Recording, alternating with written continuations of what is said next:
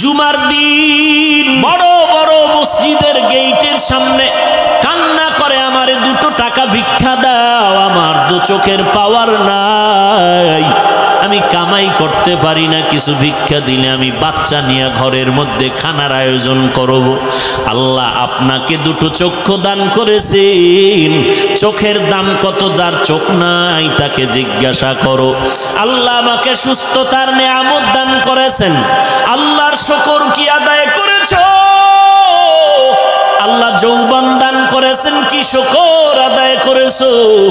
আল্লাহ তাআলা ভিক্ষা করায় না, আল্লাহ তাআলা এত আরামে এত সম্মানের চেয়ার দান করেছেন, আল্লাহর কি নিয়ামতের শুকর আদায় করলা রে বান্দা। ওই আল্লাহ আমাকে কম দেন নাই, এরপরেও প্রতি রাত আমার আল্লাহ প্রথম আসমানে আসিয়া বলে, ও বান্দা তোমার কি প্রয়োজন চাও, আমি দেওয়ার জন্য প্রস্তুত হয়ে আছি। অতিও গভীর হয় রজনী যখন, নীরবে প্রভুর নাম জপিও তখন, প্রভুর করুণা যদি পাইবারে চাও, গভীর রাতে উঠে প্রভুর গুণগান গাও। আল্লাহ তাআলা কত নিয়ামত আপনাকে দান করেছেন, অথচ এত বাহাদুরি কেন করি? এই মহামারী করোনায় গোটা দুনিয়াটা স্তব্ধ হয়ে গেল।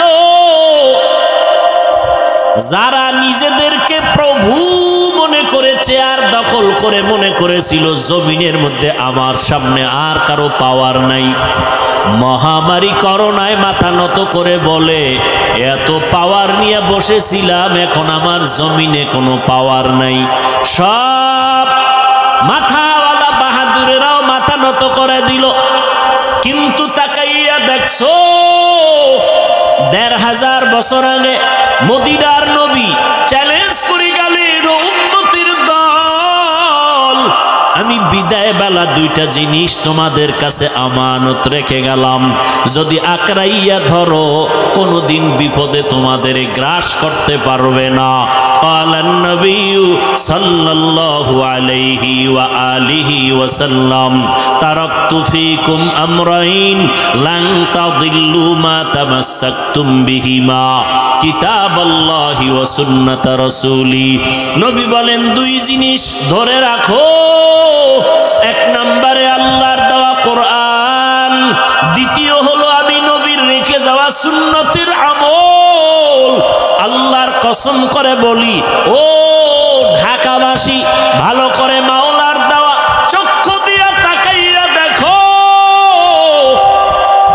এত বড় মহামারী করোনা গেল, বাবায় মরে গেছে করোনায়, ছেলেরা বাবার লাশ ধরে না, আক্রান্ত হওয়ার ভয়, মানুষ দিয়া টাকা দিয়া লাশটাকে টেনে টেনে বাড়ির দরওয়াজায় ফালাইয়া দরজা লাগায় দিল। একদিন 24টা ঘন্টা চলে যাওয়ার পর থানার পুলিশ খবর পাইয়া লাশটা নিয়ে চলে গেল। ইতিহাস জানো, চোখের আড়াল হয়ে না যায় রে ঢাকাবাসী। এই বাংলাদেশের ইতিহাস ভুলে গেলে হবে না। শত শত করোনার লাশ ধরে না, ছেলে হইয়া বাবার লাশের কাছে যায় না, বাবার জানাজায় যায় না।